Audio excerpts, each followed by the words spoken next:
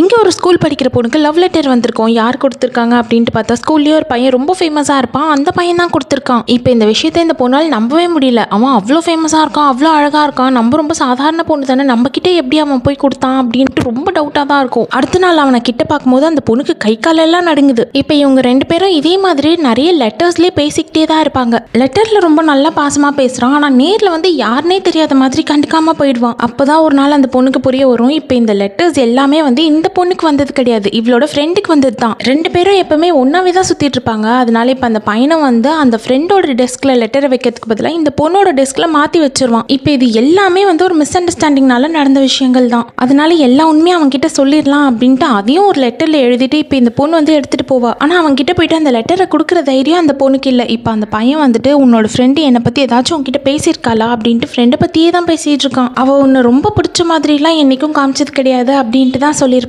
இவனுக்கும் வந்து ரொம்ப கஷ்டமாக இருக்குமா, அதனால கஷ்டப்பட போறான் அப்படின்றதுனால நான் சும்மா தான் சொன்னேன், அவள் அடிக்கடி உன்னை பற்றி பேசுவா அப்படின்ட்டு அப்படி போய் சொல்லிடுவா. இவன் வந்து வருத்தப்படக்கூடாது அப்படின்றதுனால என்னமோ ஃப்ரெண்டு பேசுகிற மாதிரி இந்த பொண்ணு தான் லெட்டர்ஸ் வழியாக பேசிகிட்டே இருப்பா. நம்மளுக்கு பிடிச்ச பொண்ணு நம்மக்கிட்டையும் நல்லா பேசுகிறாளே அப்படின்றத தெரிஞ்ச உடனே இப்போ அவனுக்கும் வர ரொம்ப சந்தோஷமாக இருக்கும். அதுலேருந்தே வந்து ரொம்ப ஹாப்பியாக இருக்கான். அவன் இந்த மாதிரி ஹாப்பியாக இருக்கிறத பார்த்து இந்த பொண்ணுக்கு ரொம்ப நல்லா இருக்கு, ரொம்ப சந்தோஷமாக தான் இருக்குது. ஆனால் இதே மாதிரி இவங்களை ஏமாத்திட்டே இருக்கக்கூடாது, எப்படியாச்சும் வந்து உண்மையெல்லாம் தெரிய வச்சிடணும். ஆனால் நம்ம தான் இதெல்லாம் பண்ணுறோன்னு தெரியாமல் இவங்களை சேர்த்து வைக்கணும் அப்படின்ட்டு அந்த பொண்ணு முடிவு பண்ணியிருப்பா. அதனால நான் அவங்க எல்லாருக்கும் ட்ரீட் கொடுக்குறேன் அப்படின்ட்டு அம்யூஸ்மெண்ட் பார்க் வர சொல்லியிருப்பா. அப்போ இந்த பொண்ணோட ஃப்ரெண்டும் அங்கே வந்திருப்பா, இந்த லெட்டர் அனுப்புற பையனும் அங்கே வந்திருப்பான். ரெண்டு பேரையும் கொஞ்சம் கொஞ்சமாக பேசி அப்படியே வந்து ஒன்னாவும் சேர்த்து வச்சிருவா. இவ லவ் பண்ணுற பையனை ஃப்ரெண்டு கூட சேர்த்து வச்சுட்டு இவ வேடிக்கை பார்க்கறது அந்த பொண்ணுக்கு ரொம்ப கஷ்டமாக தான் இருக்குது. ஆனால் என்ன பண்ணுறது, அவன் சந்தோஷமாக இருக்கணும் அப்படின்ட்டு இது எல்லாத்தையும் பண்ணுறா.